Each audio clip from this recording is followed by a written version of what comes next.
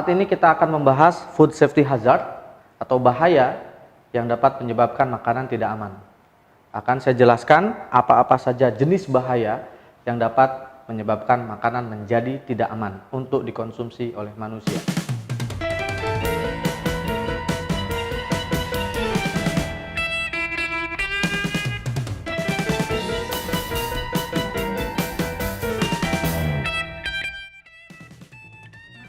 Saya Syamsul Arifin sebagai praktisi keamanan pangan di Indonesia dan juga sebagai lead auditor untuk Food Safety and Quality Standard untuk beberapa standar internasional. Welcome to my foodies class. Apa saja sih bahaya yang dapat menyebabkan makanan tidak aman? Ada yang disebut dengan food safety hazard untuk prosesor. Prosesor adalah pengolah makanan. Pengolah makanan bisa food industry atau pabrik makanan, atau industri rumah tangga, atau food service, HoReCa, hotel, restoran, kafe, rumah makan, dan lainnya. Baik, ada 3 jenis bahaya yang dapat menyebabkan makanan tidak aman. Yang pertama adalah bahaya biologis atau biological hazard. Apa yang dimaksud? Terdiri dari bakteri menyebabkan makanan tidak aman, virus, parasit, jamur, kapang, kamir, dan lainnya. Yang kedua, bahaya kimia, contohnya pestisida, bahan-bahan kimia yang berasal dari bahan pembersih, deterjen, sanitizer, kemudian drug residue atau residu yang berasal dari pertanian, peternakan, atau mungkin budidaya, dan bahaya alergen atau yang menyebabkan kita alergi.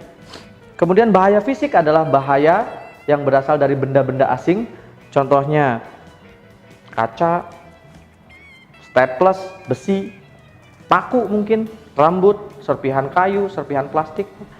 Dan bahaya fisik yang memang berasal dari bahan bakunya, misalnya tulang yang tajam ya, atau tulang ikan, atau serpihan kulit kepiting, atau mungkin bugs atau hama yang mungkin masuk dalamnya, dan beberapa hal yang berkaitan dengan sisik ikan itu bisa menjadi bahaya fisik atau bahaya tersedak jika kita mengkonsumsi makanan tertelan, mungkin bisa menyebabkan kita sakit.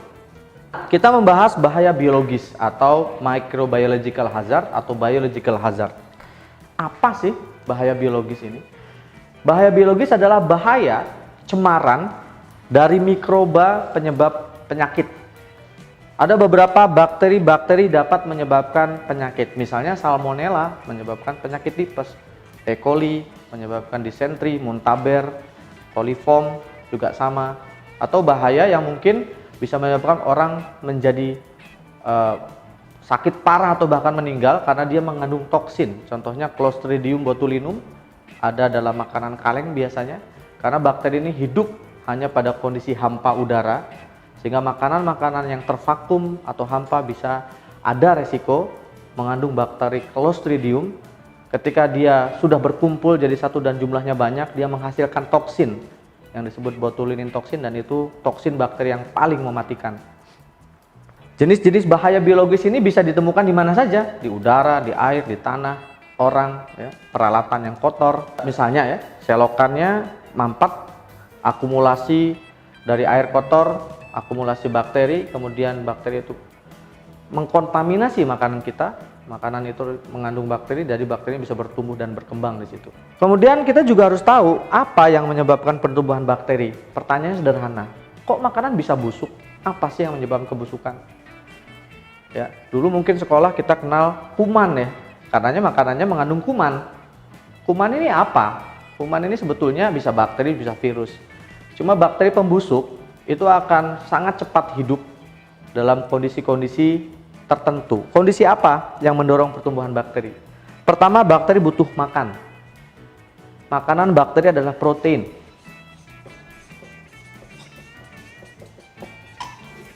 Bahan makanan yang mengandung protein tinggi pasti lebih cepat busuk dibandingkan yang proteinnya rendah atau kecil. Misalnya kita bandingkan aja udang sama apel, cepat busuk mana? Apel pak, karena dimakan sama adik saya. Pasti udang. ya, karena udang mengandung protein yang tinggi. Kemudian bakteri juga hidup jika kadar keasaman atau pH, ya, pH-nya sesuai dengan hidup dia. pH 4 sampai 7 merupakan pH optimum bakteri tumbuh. pH ini adalah berkaitan dengan keasaman makanan. Semakin asam makanan tersebut, semakin rendah pH-nya. Contohnya asam, asinan, pickles gitu ya, acar yang diasinkan. Nah, itu biasanya lebih awet, lebih tahan lama karena asamnya rendah di bawah 4. Bakteri tumbuh sama seperti kita. Kita bisa tumbuh berkembang dalam suhu normal, suhu ruang. Sehingga ketika udang tidak didinginkan atau disimpan dalam suhu dingin, dibiarkan dalam suhu ruang 30-40 derajat, maka dia akan lebih cepat busuk dibandingkan udang disimpan dalam suhu dingin. Berkaitan dengan waktu, semakin lama makanan tersebut berada dalam suhu normal, maka semakin cepat dia busuk. Kemudian oksigen, bakteri butuh oksigen untuk dia hidup. Sehingga produk-produk makanan untuk memperpanjang umur simpan biasanya divakum, ya. Tetapi ada hal yang harus diperhatikan ketika produk kita juga divakum atau kemudian dikemas dalam kondisi hampa, karena suhunya harus dijaga serendah mungkin supaya ketika dikonsumsi tidak menimbulkan toksin bakteri. Dan terakhir adalah moisture. Moisture adalah kadar air.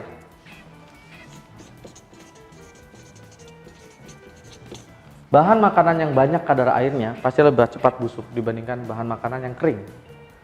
Sehingga kalau kita singkat, pertumbuhan bakteri ini disebabkan karena FATOM, food, acidity, time and temperature, oksigen, dan moisture.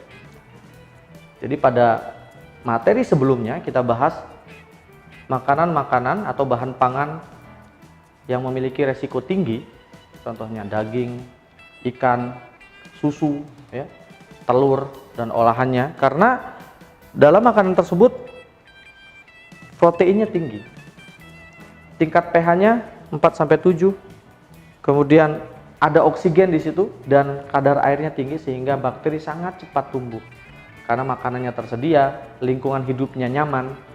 Dengan kondisi tersebut bakteri tumbuh sangat cepat.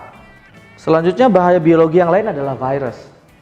Virus beda dengan bakteri. Virus ini lebih tahan dibandingkan bakteri.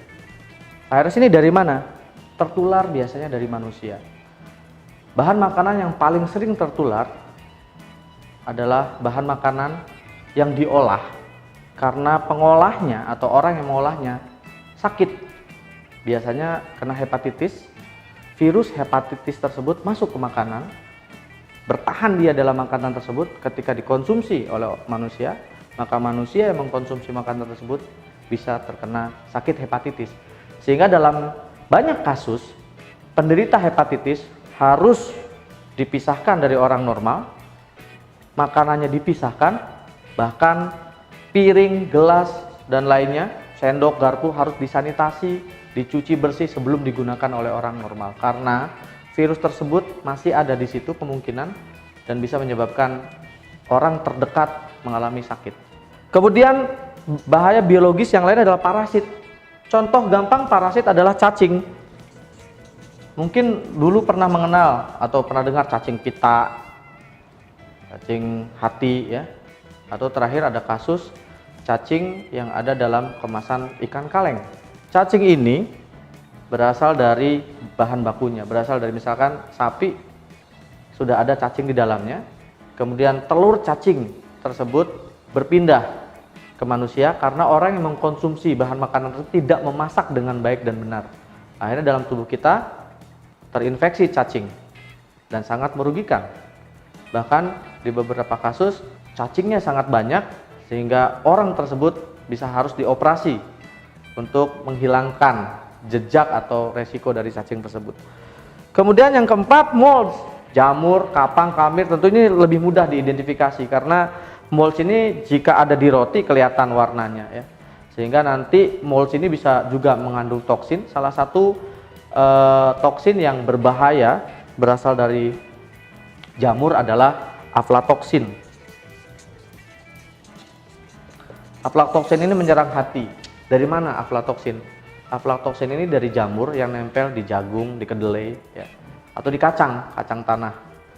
Jamurnya namanya mycotoxin, berasal dari Aspergillus flavus.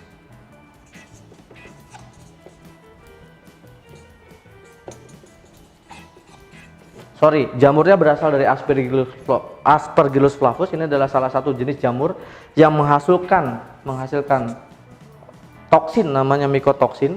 Toksin mycotoxin ini macam-macam, tapi yang paling berbahaya adalah aflatoksin. Apa resikonya ke manusia? Akumulasi gangguan hati.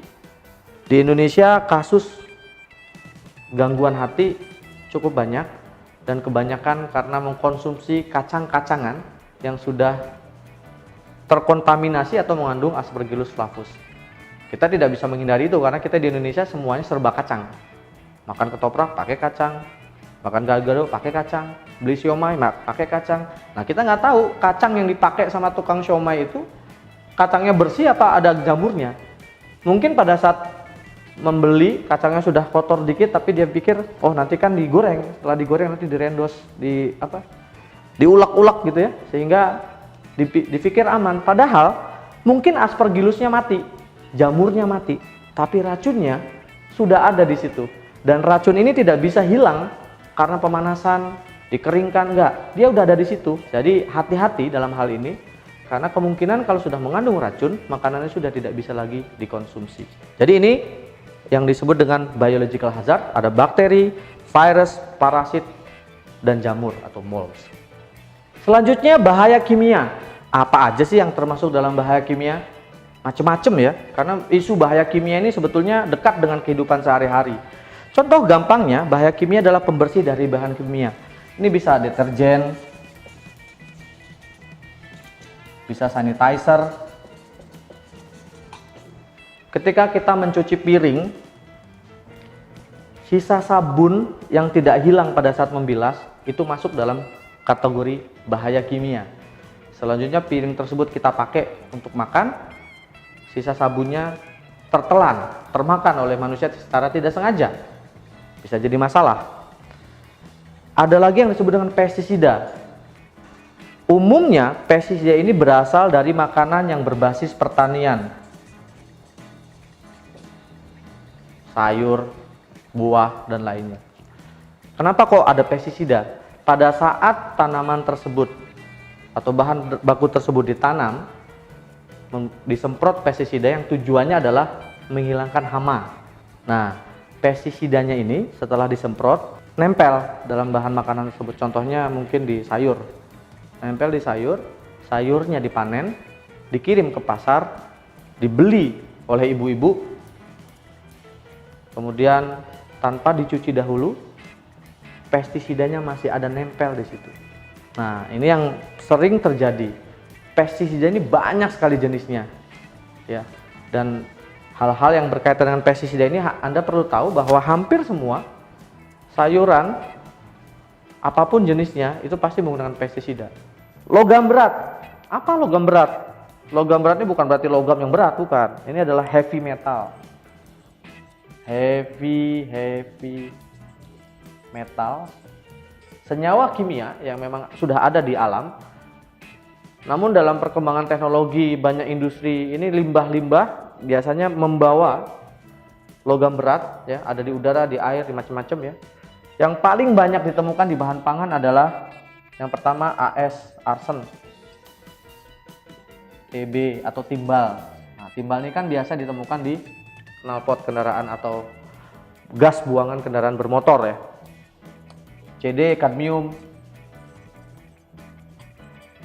dan Hg atau Hg ini adalah merkuri. Ini 4 besar logam berat yang sering ditemukan dalam bahan makanan. Kenapa kok ada dalam makanan? Misalnya nih, beli siomay. Siomaynya ikannya ikan sapu-sapu misalkan. Ikan sapu-sapunya berasal dari perairan di kali ya, yang emang banyak cemarannya, banyak polusinya. Ikannya sih nggak sakit, tapi ikannya itu udah nyimpan heavy metal di dalamnya, terutama merkuri. Ketika ikan sapu-sapu tersebut dipreparasi, dibuatlah somai, somainya dimakan sama kita, maka heavy metalnya ikut tuh. Tiba-tiba seseorang dinyatakan kena kanker hati atau kanker usus. Mungkin heavy metalnya nyangkut di situ, berakumulasi terus-menerus bertahun-tahun sehingga menyebabkan penyakit. Kemudian bahaya kimia yang lain adalah plasticizer. Bahan plastik atau bahan kimia pembentuk plastik. Coba Anda bayangkan kita membeli bakso dibungkus pakai plastik. Di rumah baksonya bau plastik. Artinya sudah ada perpindahan bahan kimia penyusun plastik atau plasticizer ke makanan, ke bakso, ke kuah bakso. Kuah bakso kita makan ke bawah sampai ke tubuh kita. Itu yang disebut dengan migrasi bahan kimia dari kemasan. Resiko migrasi sebetulnya bisa kita hindari dengan tidak menggunakan bahan-bahan yang berasal dari plastik. Misalkan kita beli bakso pakai rantang, itu lebih aman, atau pakai mangkok bawa sendiri gitu ya. Memang ribet tapi lebih safe gitu ya. Kemudian bahaya kimia yang lain adalah residu dari peternakan. Anda tahu ayam potong, ayam broiler ya sorry, pada saat dia diternak disuntik. Nah, sisa suntikannya itu disebut dengan residu dari bahan peternakan. Suntikannya bisa antibiotik. Antibiotik itu biar dia tahan terhadap penyakit pada saat dia diternak gitu. Nah, bayangkan residunya terakumulasi dalam ayam tersebut karena kelebihan dosis pada saat nyuntik. Kemudian ayamnya dikonsumsi oleh manusia, residunya pindah ke manusia. Nah, itu juga jadi bahaya. Atau di perikanan, di budidaya ikan, budidaya yang lain, udang ya. Ada penggunaan antibiotik yang juga dilarang tapi digunakan oleh para petani atau petambak, yang itu akhirnya menyebabkan resiko antibiotik yang tersisa atau residu dari antibiotik dalam daging ikan atau daging udang. Masalahnya residu itu kalau dikonsumsi oleh manusia, fungsi antibiotiknya kebalik. Jadi kitanya nanti akan sangat mudah terserang penyakit bakterinya yang kebal. Bahan tambahan kimia, ini bahan tambahan pangan disingkat BTP atau food additive yang melebihi dosis food additive. Contoh food additive yang sering digunakan adalah pengawet. Pengawetnya jenisnya sodium benzoat atau potasium sorbat. Pada saat diproduksi, makanan tersebut kelebihan gramasi atau formulanya kelebihan dari standar, sehingga ada efek negatif nanti ke dalam tubuh kita ketika kita mengkonsumsi makanan dengan pengawet yang lebih dari standar. Pengawet boleh digunakan, namun ada batasnya. Yang terakhir, bahan yang mengandung alergen. Alergen ini penyebab alergi. Ya, penyebab alergi tiap orang beda-beda. Ada yang alergi susu, ada yang alergi telur, ada yang alergi kacang, ada yang alergi udang. Sehingga biasanya bahan penyebab alergi ini harus dideklarasikan atau ditampilkan dalam kemasan pangan bahwa mengandung alergi atau mengandung ikan yang mungkin menyebabkan alergi pada orang yang mungkin alergi terhadap ikan. Dan jangan dianggap bahwa alergi itu adalah gatal-gatal, nggak semua, karena setiap orang punya sensitivitas terhadap alergi masing-masing ya. Setelah mengkonsumsi tiba-tiba mukanya merah, setelah mengkonsumsi tiba-tiba mual, muntah, bahkan ada yang pingsan, itu bisa jadi bagian dari sensitivitas terhadap bahan yang mengandung alergi. Nah, sekarang bahaya fisik. Bahaya fisik mudah kita kenali karena pasti kelihatan gitu ya. Tapi kalau dia ada di dalam makanan, nggak sengaja kita makan, nah ini yang jadi bahaya. Kita punya warung bakso, di dalam baksonya ada staples, nggak sengaja dimakan. Dan staples itu sudah menjadi umum ya. Pagi-pagi saya makan nasi uduk ada staplesnya gitu. Untuk kita orang dewasa mengkonsumsi itu mungkin bisa kita cegah karena kita merasakan ada benda asing di dalamnya dan kita seketika mungkin sadar bahwa ada staples kemudian kita buang. Tapi apa yang terjadi kalau yang makan anak kecil? Apa yang terjadi kalau yang makan balita, batita gitu? Mungkin tertelan. Nah, inilah yang disebut dengan bahaya fisik. Rambut bisa jadi bahaya fisik karena dalam rambut mungkin banyak bakteri juga. Kemudian ada beberapa orang yang jijik kalau ada makanan ada rambutnya. Ya, ini tergantung persepsi juga. Bagi sebagian orang Indonesia ada rambutnya nggak ada masalah gitu ya. Ada rambutnya, diambil rambutnya, keriting, dibuang, makan lagi gitu. Tapi beda bagi mungkin kalangan tertentu, misalnya di Eropa, di Amerika. Karena ketika ada rambutnya, yang dia permasalahkan bukan bahaya fisiknya, tapi nafsu makannya hilang katanya. Kita nggak beli, kita bisa beli makanan harga mahal di restoran fancy kelas gitu ya. Tapi apa yang terjadi kalau ada rambutnya kemudian nafsu makannya hilang? Tidak bisa diganti dengan materi gitu. Karena nafsu makannya yang hilang. Nah ini bahaya rambut Pak, sederhana kan rambut iya, tapi bagi sebagian orang itu bukan merupakan sesuatu yang hal yang wajar. Karena kita beli makanan bukan beli rambut katanya. Pecahan batu, nah ini sering ya pecahan batu. Beras terutama ya, kita makan di warteg tiba-tiba sesuatu terjadi dengan gigi kita. Bahkan mungkin bisa jadi bikin giginya rontok.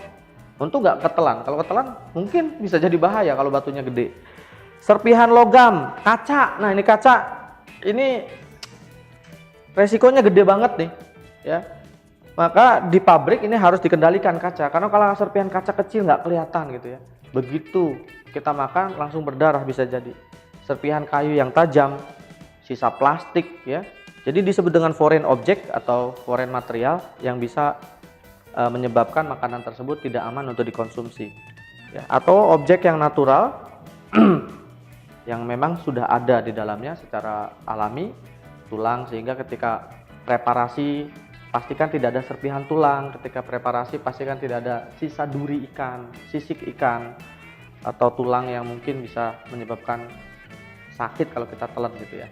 Jadi itulah sekilas bahaya-bahaya yang ada dalam makanan, biologi, kimia, fisika yang dapat menyebabkan pangan tidak aman untuk dikonsumsi. Bahaya itu bersumber dari seluruh rantai proses makanan, dari mulai produksi bahan baku, penyimpanan, pengolahan, distribusi sampai dengan disajikan. Contoh, produksi bahan baku, penggunaan pestisida berlebihan. Mungkin masuk. Penggunaan antibiotik pada bahan ternak atau budidaya. Setelah bahan baku tersebut dipanen atau diangkat dari pertanian atau perikanan, kemudian disimpan. Ketika disimpan penanganannya tidak baik, dia muncul mungkin jamur, mungkin bakteri masuk selama penyimpanan. Contohnya ikan, nelayan melaut bawa ikan pulang, ikannya kemudian disimpan tanpa pendingin begitu saja, bakteri tumbuh, karena bakteri tumbuh sangat cepat pada suhu normal. Pada saat penyimpanan, karena disimpannya di lantai, gudangnya lembab, tumbuh jamur. Jamurnya terakumulasi banyak, timbul toksin nanti. Toksinnya namanya aflatoksin yang tadi saya jelaskan. Selama pengolahan, ini orangnya sakit yang olah.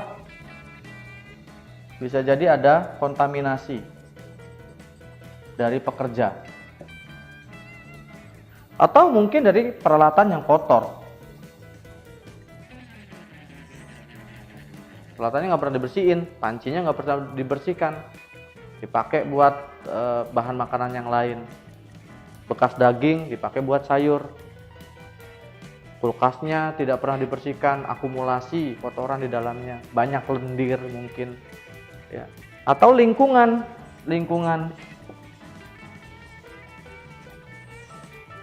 fasilitas pengolahannya tidak baik, lantainya pecah-pecah, banyak air tergenang di situ, bau menyengat, plafonnya rusak, dindingnya pada pecah, catnya pada kelupas, atau mungkin meja peralatan yang lainnya berkarat ya.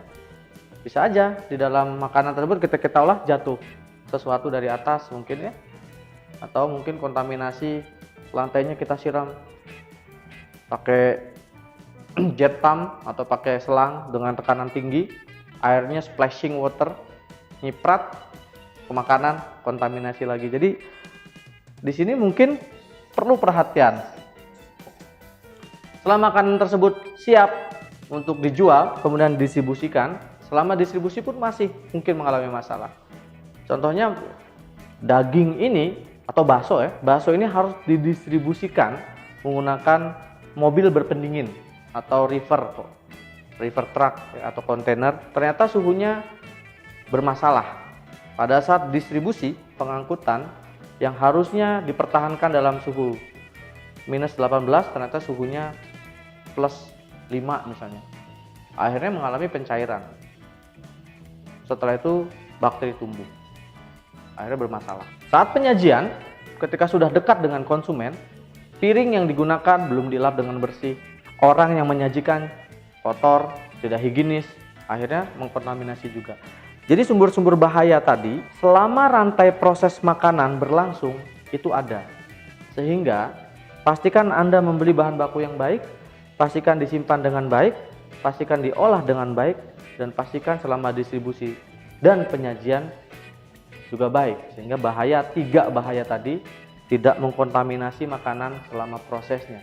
Dalam e-learning ini akan ada bonus ya, dan silakan follow Telegram channel kami. Ada video edukasi dan artikel yang akan kami update, termasuk nanti ada beberapa regulasi-regulasi yang berkaitan dengan keamanan pangan yang dijadikan sebagai acuan pada saat nanti kita memproduksi makanan. Dan akan ada PDF file ya terkait food safety hazard dan pengendaliannya. Setelah Anda mengetahui bahaya keamanan pangan, fisika, mikrobiologi, dan kimia, kesimpulannya adalah 3 bahaya tersebut ada di mana-mana. Bisa berasal dari bahan baku, bisa berasal dari pengolahan, penyimpanan, distribusi, dan penyajian. Maka diharapkan waspada dalam setiap rantai proses. Dan harapan saya, setelah Anda mengetahui resiko-resiko bahaya tersebut, Anda menjadi lebih aware dan memiliki concern, fokus untuk mencegah resiko ini terjadi. Saya Samsul Arifin, thanks for watching my foodies class.